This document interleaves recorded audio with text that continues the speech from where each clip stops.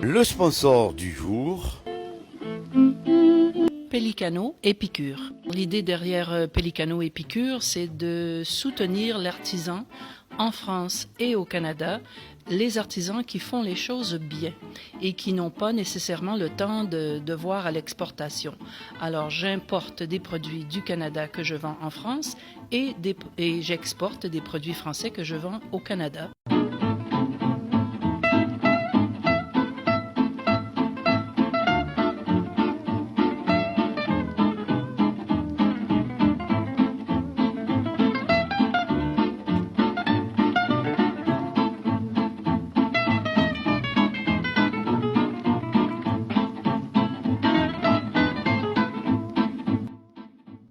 Bon, aujourd'hui c'était beau tout ça, mais il va falloir aller faire l'interview quand même.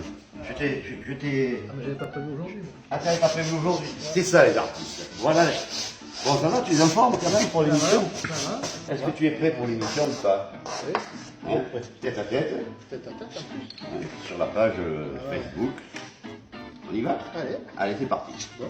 Bonjour à toutes et bonjour à tous, merci de nous rejoindre une nouvelle fois sur notre page Facebook dans l'émission Tête à Tête. Nous sommes aujourd'hui avec Benjamin Baron dans un univers artistique, celui de José Pires, 17 que vous pouvez visiter au 17 rue Bigot à Nîmes. Merci une nouvelle fois de prendre un peu de votre temps pour nous accompagner. Nous serons mardi prochain au restaurant Le W à Nîmes avec Pascal Colombani, qui aide les jeunes en difficulté dans les quartiers de Chemin-Val-Avignon, mais également avec Daniel Jean Despoudans, qui lui est président du comité de quartier et qui s'occupe également de jeunes. Donc deux âges différents, deux générations différentes, ça sera assez intéressant. Donc vous savez qu'il se passe toujours quelque chose à Nîmes. Alors toutes ces informations, nous les avons par l'intermédiaire d'Objectif Gare que vous pouvez retrouver sur la toile, que ce soit sur Facebook ou sur objectifgare.com. Le report du match de Nîmes Olympique, le stade rennais, initialement programmé pour le samedi 2 mars à 20h au stade des Costières, est reporté tout simplement face à Rennes. N'aura donc pas lieu ce week-end. C'est le mardi 2 avril que Simon Cassas dévoilera les cartels de la prochaine feria de Pentecôte qui, elle, se déroulera le 6 juin et s'achèvera le lundi 10 juin. Magali Somade est à la tête, ça y est, est à la tête de la Chambre d'agriculture, une femme élue présidente avec 23 voix contre 30 sur 30 des élections présidées par le préfet Didier Loga, préfet du Gard. À la Genèse, un artiste, un homme, une femme, est comme vous ou nous. Mais dès qu'ils débutent une œuvre et amorcent la première trace et posent leur pinceau sur une toile vierge, voilà qu'ils deviennent autres. José Pires, merci de nous recevoir dans ton atelier. Bonjour Patrick. Comment ça va? Très bien. Je vois que tu es bien accompagné par Claudine Chartreux. Bonjour Claudine. Bonjour. Ça va? Ça va très bien, merci. Donc toi tu exposes également. Tu peux nous en parler rapidement? Tu vas exposer pour la journée de la femme à partir. Voilà. C'est J'ai ça? un message le vendredi 8 mars, Donc. ici, à l'atelier de José, donc en dehors du cabinet, dans l'atelier qui est à côté. Oui. Voilà. Donc, Et ce pendant pratiquement un mois. jusqu'à la fin du mois. Donc ce sont tes œuvres. Parce qu'il faut dire que tu es artiste, mais que fais-tu dans la vie? Officiellement, je suis infirmière, donc je travaille à l'hôpital Carreno. Je suis à l'hôpital, ça fait 19 ans. Et depuis beaucoup moins longtemps, je suis art thérapeute. J'ai repris mes études et j'ai donc un certificat reconnu par l'État d'art-thérapie. Nous sommes dans mon cabinet, D'accord. parce que mon cabinet fait partie de l'atelier de José. Parfait. L'atelier est sous le nom de l'association des amis de José Pires à loi 1901. Merci de nous accueillir, l'émission, parce que ça nous fait particulièrement plaisir. Moi aussi. Voilà. Bon. Alors José Pires est né le 15 février 1955 À Nîmes. à Nîmes. José Pires a reçu une formation à l'Institut Aubergue de Rio de Janeiro. Qu'est-ce qui t'a amené à Rio? C'est ma famille. C'est ta famille, hein? Mon père est brésilien. Ouais. Où il a appris le langage basé sur l'évacuation de toute superficialité au profit de l'expressivité du trait, qui aujourd'hui encore est la base de ton travail. Oui, en partie. En partie. En partie. Alors de retour à Nîmes, il a poursuivi ses études à l'École nationale supérieure des beaux-arts, à Nîmes. Ouais. L'Institut Aubergue est une filiale du Bauhaus. D'accord. Hein, c'est important. Bon, important à préciser. Alors, José Pires a développé peu à peu une œuvre basée sur les techniques mixtes, à partir de collage, découpage, carton, pochoir et affiches. Oui. On est bon là dans tout ça? Oui, oui. C'est un Nîmois d'origine franco-brésilienne, comme il le précisait. Alors, de retour en Nîmes, il poursuit ses études, comme je vous le disais, mais tu as rencontré plusieurs maîtres, notamment Claude Viala. Claude Viala, oui, Claude Viala, lui, c'était un ami aujourd'hui, mais il était directeur de l'école des Beaux-Arts de Nîmes. En fait, j'ai fait 2 écoles à Nîmes. J'ai fait le premier cycle et le deuxième cycle. Au premier cycle, avec les anciens professeurs plus académiques, Jean-Marie Granier, Ogoma, Multaler. Et ensuite, j'ai fait le deuxième cycle avec les professeurs dits conceptuels. Donc, Claude Viala, Yves Régnier, René Ponce, il y avait à l'époque Alain Clément, en fait, toute une série de professeurs, de nouveaux professeurs qui arrivaient dans l'enceinte des Beaux-Arts et qui nous apprenaient plus à penser qu'à faire. Mais comme j'avais appris à faire avant, donc ça tombait très bien. Mais ça, c'est une bonne chose. Tu as toujours su que tu serais artiste? Je ne l'ai jamais su vraiment, j'ai toujours été. Tu as toujours été. Et que tu pourrais... Est-ce qu'on peut vivre de son art actuellement? C'est beaucoup de travail, beaucoup d'abnégation, c'est beaucoup de sacrifices. Oui, il faut, pour un artiste, il faut que son univers soit l'atelier. Son univers, c'est pas les galeries, ni les musées, ni le centre d'art contemporain. Son univers, lui, c'est l'atelier. Oui, mais il faut bien aller exposer à l'extérieur. Alors ça, la logistique des expositions, logiquement, c'est pris en charge par les exposants, ceux qui nous exposent. Mmh. Mais il ne faut pas être dans l'atelier avec le but de l'exposition. Le but, il est dans la création. C'est la qualité de ce qu'on fait qu'il faudra qu'on va exposer. On ne pense pas exposer avant d'avoir fait un travail qui peut éventuellement être exposé. D'accord. Voilà, ça veut dire on n'écrit pas un livre pour se dire il va être dans telle bibliothèque. Donc, il t'arrive de temps en temps de créer une œuvre et de te dire, celle-ci, je vais la mettre de côté? Souvent. Souvent. Oui, souvent. Oui. Il faut qu'il y ait une certaine saveur, il faut qu'elle crée l'émotion, il faut qu'elle fasse un ressenti qu'il y ait une logique graphique dans le travail, parce que quelque chose qui n'est pas abouti, si on l'expose, on se met en danger. Donc, l'artiste peint et pour des commanditaires, on en parlait justement, ou pour lui à partir de ses sentiments. C'est ce que tu nous disais en fin de compte. C'est 2 cadres différents. On peint avec un travail personnel, bien sûr, on crée avec nos sensations, nos émotions. Après les commanditaires, lorsqu'on a une commande, parce que moi je sors d'une école de com, donc forcément, lorsqu'on a une commande, on doit se livrer à la commande. Donc, par exemple, si on me demande une affiche pour un événement, mon travail personnel s'efface derrière la qualité de l'événement. Donc le travail va devenir la vitrine de l'événement, pas la vitrine de mon travail. C'est la véritable communication publicitaire, le travail comme ça. Quand on nous demande de faire une affiche pour un événement, il faut se dire qu'il faut faire preuve de beaucoup d'humilité et se dire c'est pas moi qui suis représenté, même si c'est mon travail qui sera sur l'affiche, c'est l'événement qu'on va représenter. Donc nous on est bien derrière l'événement. Donc lorsque tu penses, parce qu'un artiste peint plutôt la nuit ou plutôt le jour? Tu es plutôt nocturne? Je suis un homme de jour, moi. Tu es un homme de jour. Je me lève très tôt et me couche très tôt. D'accord. Ah oui, tu ne bois pas, tu ne fumes pas, tu te couches tôt. Il est facile à vivre alors, Claudine? Je suis végétarien, je mange pas de viande, pas de charcuterie. D'accord. Hein, Claudine, il est facile à vivre, José? Je dirais pas facile à vivre. C'est un artiste, mais toi tu es artiste également. Oui, mais c'est vrai qu'il a quelques exigences, voilà, comme il disait, le simple exemple, il ne mange pas de charcuterie, pas de fromage, pas de crème, il ne boit pas d'alcool. Donc ça demande quand même un minimum d'adaptation pour la vie de tous les jours. Après c'est vrai que c'est agréable parce que voilà, moi je sais qu'en dehors de son travail, on se retrouve à la maison et je sais qu'il n'y a pas forcément de sortie nocturne, il n'y a pas d'abus d'alcool. Il y a une vie saine, quoi. Il y a une vie saine. Et ça, c'est appréciable pour tout le monde à la maison. Parle-nous un petit peu de ce que tu as créé et ce que les Nîmois, si vous venez de l'extérieur, pourront rencontrer ici dans l'atelier de José. Parce que c'est particulier, toi, tu as pensé depuis de nombreux mois sur ce que tu allais créer. Tu peux nous en parler un petit peu? L'exposition de vendredi? Oui, oui, vendredi 8 mars, vendredi 8 mars, journée de la femme. Hein. C'est ça.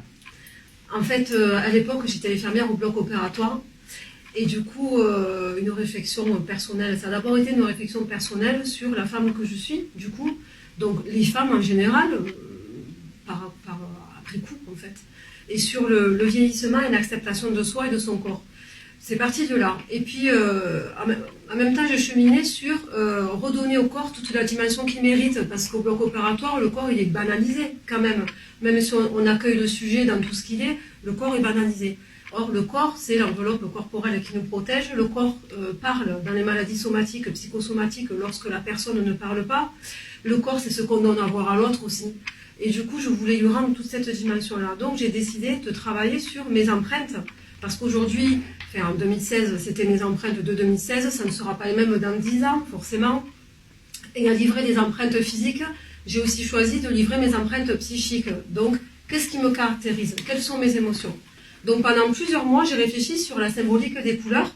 Donc, ça a d'abord été un travail de démarche intellectuelle, en fait, la symbolique des couleurs. Au niveau esthétique, est-ce que l'assemblage fonctionne, oui ou non? Et est-ce que c'est le reflet de ce que je voulais exprimer, oui ou non? Et après, je suis passée donc à l'acte. Et là, ça a été des empreintes, des préparations de fond et du retravail par-dessus. Donc les couleurs, tu t'enduisais de couleurs. Oui, oui. J'ai préparé les fonds, je me suis enduite de couleurs, je me suis exposée sur la toile, et puis après, je retravaillais parfois. Oui, c'est tout à fait ça. Donc, c'est vraiment mes empreintes. Mais pour le coup, c'est la femme. Et donc, moi, sur ce travail-là, j'existe. Et je m'impose là en fait, mais pour moi c'est plus un travail de la femme en général, dans la société, la femme. Qu'est-ce que tu en penses toi José des réflexions de Claudine? Oui, c'est un travail très intéressant parce que en plus c'est une empreinte, c'est un peu comme une empreinte digitale, quoi. Ça veut dire ça c'est moi, j'existe. Vous voyez, ça c'est moi, j'existe parce que je suis, parce que je présente, parce que je représente. Là, il y a toute une démarche très intéressante qui est à la limite de la psychanalyse, mais je veux dire par là, l'intérêt de tout ça, c'est d'où ça vient, ce que c'est en ce moment et où ça va. Donc le but de ce genre de travail, il n'est pas dans l'évocation d'une démonstration artistique, il est dans la démonstration d'une existence, d'une preuve de ce qu'on peut faire. C'est un peu Lascaux, quoi, quelque part. Dis donc, justement, les artistes s'intéressent aux tragédies du quotidien. Ils explorent également des thèmes comme la peur, le rêve ou la folie. Est-ce ton cas? C'est toujours le cas en permanence. Toute la symbolique de toutes les émotions du vécu, de ce qui habite, et notre charge culturelle, et inconsciemment, elle passe dans notre travail, forcément.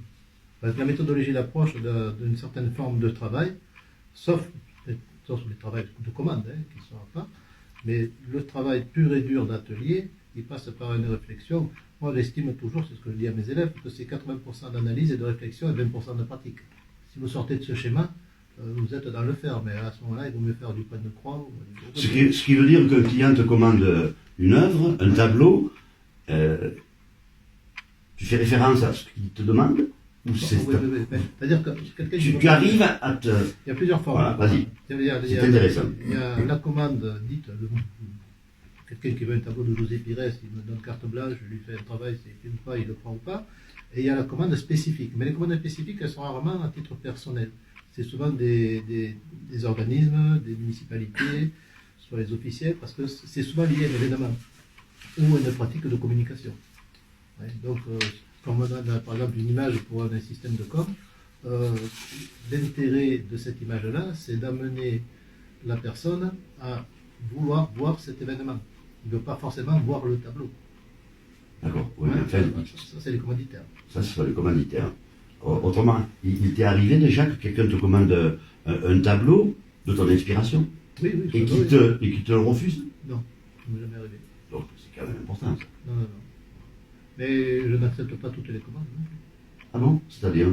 S'il y a un farfelu qui vient et qui me dit je veux une commande avec tel thème, un truc tordu, je lui dis non. Ça t'est arrivé déjà? Oui.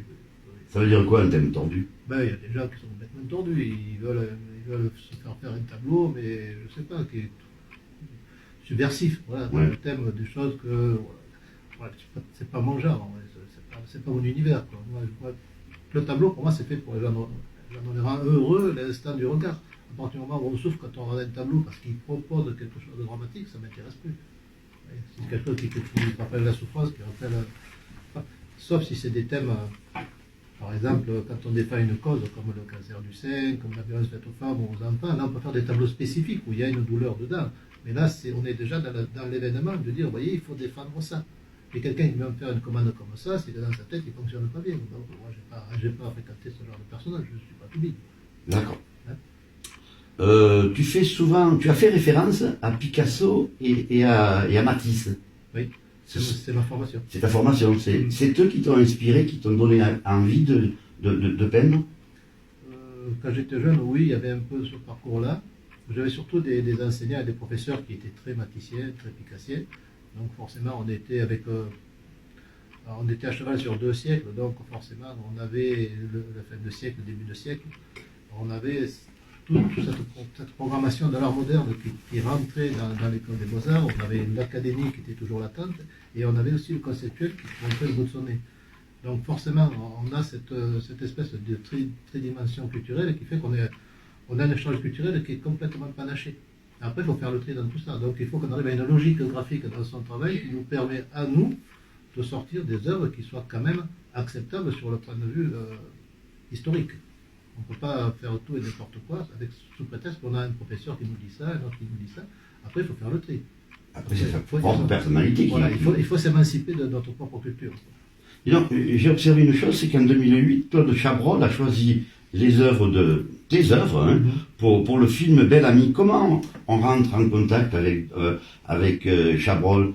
Est-ce que c'est lui qui est venu à toi ou c'est toi qui... Oui. C'est lui qui est venu à toi. Ils sont venus à l'atelier. Ah, d'accord. Ouais. Et donc, dans ce film, effectivement... Avec deux dames qui s'occupaient justement de la décoration du film.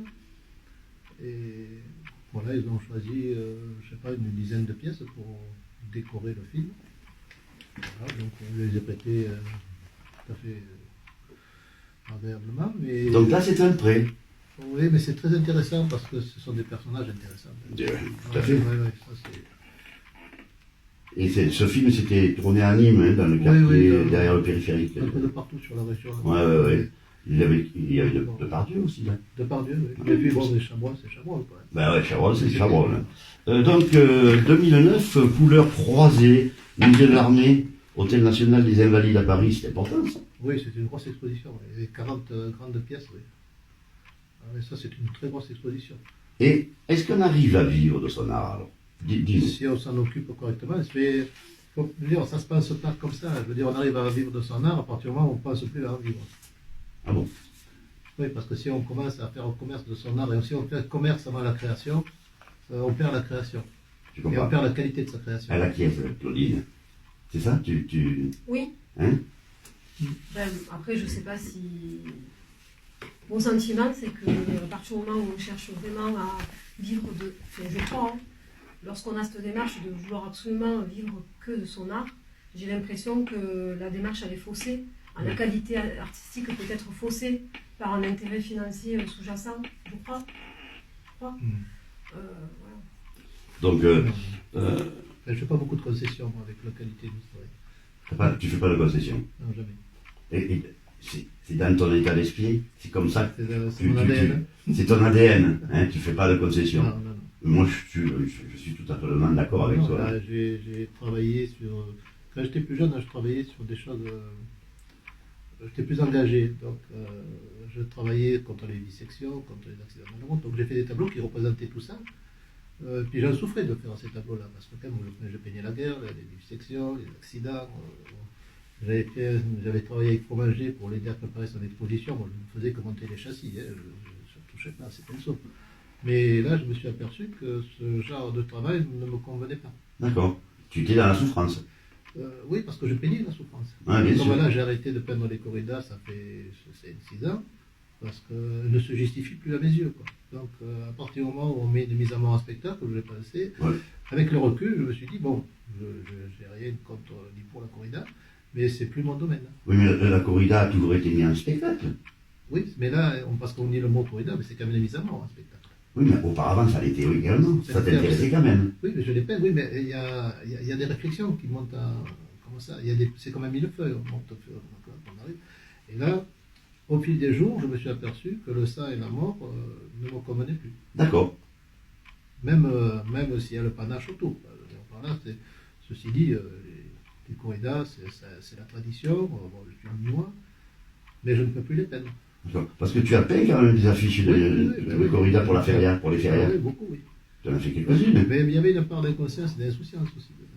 Parce qu'il y a combien de temps de cela De- que tu as peint pour les affiches Ah, de ben, corrida. la dernière affiche que j'ai faite pour Nîmes, c'était en 2011, mais c'était une affiche qui ne représentait pas la corrida. C'est une mosaïque qui représentait 3 têtes de taureau, mais dans le style romain. Bien. C'est finalement, en fait. Donc, en fin de compte, quel a été ton déclic à la base pour pouvoir peindre? Quel a été ton déclic? Oh, le déclic, mais j'ai pas eu vraiment de déclic parce que déjà en primaire, je me faisais engueuler parce que je dessinais sur mes livres de récitation. Donc, j'en ai retrouvé d'ailleurs, parce que même avec des écrits où je travaillais sur de l'air, sur Rimbaud, les prisons, enfin, tout les écrits, mais voilà, j'étais un peu précoce. Donc, à l'époque, les professeurs de l'époque ne supportaient pas, c'était des maîtres, hein, c'était pas les professeurs, ne supportaient Des maîtres, ouais. absolument pas qu'on colorie nos récitations. Alors, on a retrouvé des vieux cahiers d'ailleurs, qui sont rigolos. Et il y a des couleurs de partout, forcément. Mhm. Et pourtant, tu as dit que la feria est l'une des plus grandes fêtes d'Europe. C'est d'un point de vue public. Mhm. Il n'y a pas un bon nombre de visiteurs pendant la feria, oui, c'était, ça l'est plus. Ça l'a été pendant la période où il y avait Bousquet, la feria avait pratiquement autant de monde que le festival de la bière unique, c'est pareil. C'est vrai. Et maintenant, j'ai l'impression que ce soit les artistes ou les hommes politiques, ça fout mal de venir à Nîmes pour une corrida, pour leur Oui, image. ça- Leur image. Hein. Disons que la corrida est devenue vraiment régionale. Dès qu'on a passé le Rhône, on nous parle de corrida, on se fait insulter, quoi. Mhm. C'est dramatique, vraiment c'est comme ça. Ça c'est l'évolution, l'Europe qui met son grain de sel, tous les paramètres, les interdits, toutes les conventions qui vont avec. Maintenant, il faut savoir s'adapter. Il faut savoir Vous savez, s'adapter. moi j'ai beaucoup exposé en Suisse, et les Suisses disent qu'il faut s'adapter ou mourir. Hein, et l'autre canton il dit différemment, ils disent qu'il faut s'ouvrir ou partir. Ah, non, c'est pas mal. Hein. Voilà. C'est pas mal. Et voilà, Ça me plaît bien, ça. Ouais. Voilà, écoutez, nous arrivons au terme de cette émission. Alors, j'ai omis de préciser que tu étais bien nîmoise. Tu es née à Nîmes. Je suis née à Nîmes, je suis nîmoisin. Voilà. Mon papa avait un bar au Hall. Oui. J'étais petite, donc j'étais habituée à... Triperie. Donc j'avais l'habitude de me promener dans les halles. D'accord. Voilà.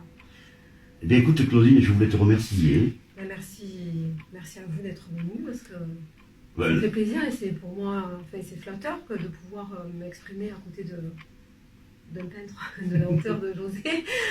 Si je peux préciser qu'au moment où j'ai eu la prétention de me mettre à égalité avec José, quand même, je précise. Non, mais pas de rivalité. Et que, non, mais. Et que. Si je peux me permettre de dire un Vas-y. dernier mot, tout à l'heure, quand je parlais de la démarche, de la recherche de vivre avec que de l'art qui peut fausser la qualité artistique,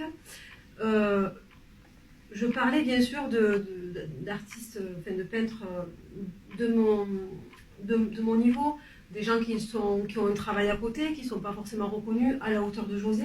Voilà, c'est dans cette démarche-là que je précise. Parce que José, pour le coup, tout à l'heure, il parlait de sa démarche, de son cheminement, etc. Et qu'il avait refusé parfois des commandes. Et je confirme que José, il est dans la poésie. Et il ne supporte pas le vulgaire. c'est un artiste. Hein, c'est un artiste dans tout son art, dans tout son être. On a élagué les fâcheux. Ça, c'est une bonne chose. Je voulais vous remercier également notre sponsor du jour, Pelicano, qui vous propose des produits canadiens, que ce soit dans les halles de Nîmes, dans les épiceries fines. Elle nous fait confiance et je voulais vraiment la remercier. Merci à toi aussi, Benji, notre fidèle Benji qui est à la vision. Merci Claudine. Merci à vous. Merci à toi, mon cher José. Nous, ça fait des années que nous nous connaissons. Hein. Ouais. Et puis, restez-nous fidèles à cette émission que vous pouvez retrouver sur la page Facebook Tête à Tête. Merci à toutes, merci à tous. À très bientôt. Bye bye.